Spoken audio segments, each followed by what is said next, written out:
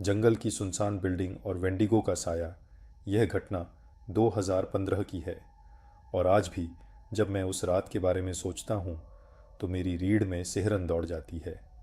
मैं हमेशा से एडवेंचर और सुनसान जगहों की ओर खींचता रहा हूँ।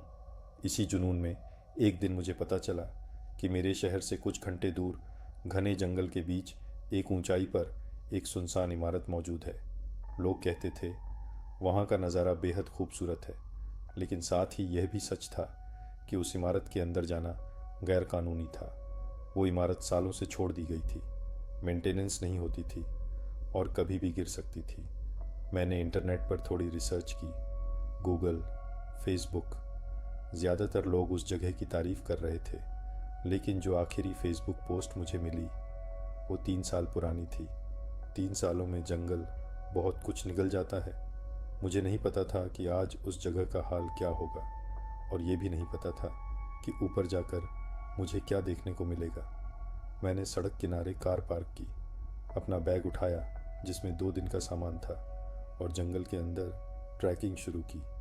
कोई साफ रास्ता नहीं था, बस झाड़ियाँ, कीचड़ और अंधेरा।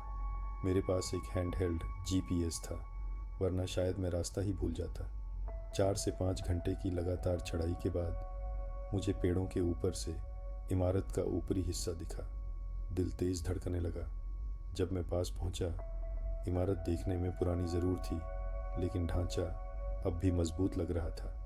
पेंट उखड़ा हुआ था, प्लास्टर गिर चुका था, सीढ़ियों में सरिया दिख रहा था। फिर भी मैं सावधानी से ऊपर चढ़ गया। सबसे ऊपर पहुंचते ही जो नज़ारा मैंने देखा वो मेरी ज़िंदगी का सबसे खूबसूरत दृश्य था। चारों तरफ सिर्फ जंगल, मीलों तक कोई इंसान नहीं, कोई सड़क नहीं, बस मैं और वो इमारत। मैंने एक कमरे में अपना सामान रखा, पुरानी दरी, टूटी मेज़, मकड़ी के जाले।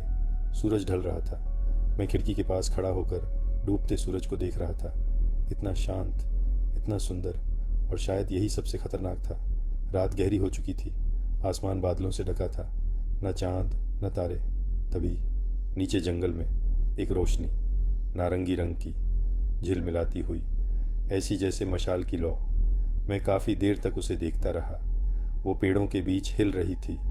इतने सुनसान जंगल में कोई और कैसे हो सकता है, और अगर कोई है भी तो फ्लैशलाइट छोड़कर मशाल क्यों?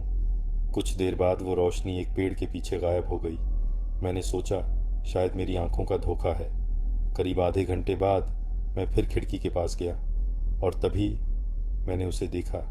झाड़ियों के बीच एक आकृति खड़ी थी। वो सीधा मेरी तरफ देख रहा था। मैंने आवाज़ दी, हेलो। कोई जवाब नहीं, बस वो मुझे घूरता रहा। फिर उसने धीरे से अपना हाथ उठाया, बिल्कुल मेरी तरह, और अगले ही पल बिना किसी रोशनी के जंगल में गायब हो गया। मैंने खुद को समझाया शायद कोई और ट्रैकर होगा, लेकिन एक सवाल दिमाग में अटका रहा, उसने जवाब क्यों नहीं दिया? कुछ देर बाद मैं सो गया, लेकिन रात के किसी पहर मेरी नींद अचानक टूट गई। कोई सीढ़ियाँ चढ़ रहा था, हर कदम के साथ मलबा चरमरा रहा था। मैं स्लीपिंग बैग से निकला, दिल ज़ोर ज़ोर से धड़क रहा था। आवाज़ तेज़ होती गई, फिर अचानक सब शांत। मैं सीढ़ियों के पास गया, नीचे झांका, कुछ नहीं। अचानक फिर आवाज़ आई। इस बार मैंने देखा, सीढ़ियों पर एक काली परछाई अजीब ढंग से ऊपर आ रही थी। वो इंसान नहीं थी और जानवर भी नहीं, लेकिन 2 पैरों पर चल रही थी। मैं तुरंत दूसरे कमरे में छुप गया। वो परछाई उसी कमरे में गई जहां मैं पहले था, और तभी ऊपर से गुर्राने की आवाज़ आई। मैं मौका देखकर सीढ़ियों से नीचे भागा। बाहर निकलते ही मैंने बिल्डिंग की तरफ देखा। अंदर से भयानक चीखें आ रही थीं। मैं भागा ढलान की तरफ, जीपीएस और फ्लैशलाइट के सहारे। किसी तरह मैं कार तक पहुंचा। जैसे ही कार में बैठा, पीछे देखा। वो आ रहा था, करीब 9 फीट लंबा, काली चमड़ी हड्डियों से चिपकी हुई। मैंने कार स्टार्ट की और पूरी रफ्तार से निकल गया। उस रात के बाद मुझे समझ आ गया था, जिसे मैंने देखा था वो इंसान नहीं था।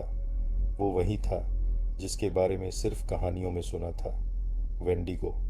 कहते हैं अगर वो तुम्हें देख ले या छू ले तो वो तुम्हारा पीछा कभी नहीं छोड़ता।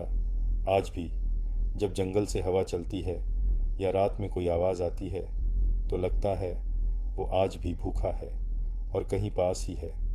दोस्तों, अगर आपकी कहानी अच्छी लगी हो तो वीडियो को लाइक करें, शेयर करें और कमेंट करके बताएं आपको कहानी कैसी लगेगी, और चैनल को सब्सक्राइब करना ना भूलें।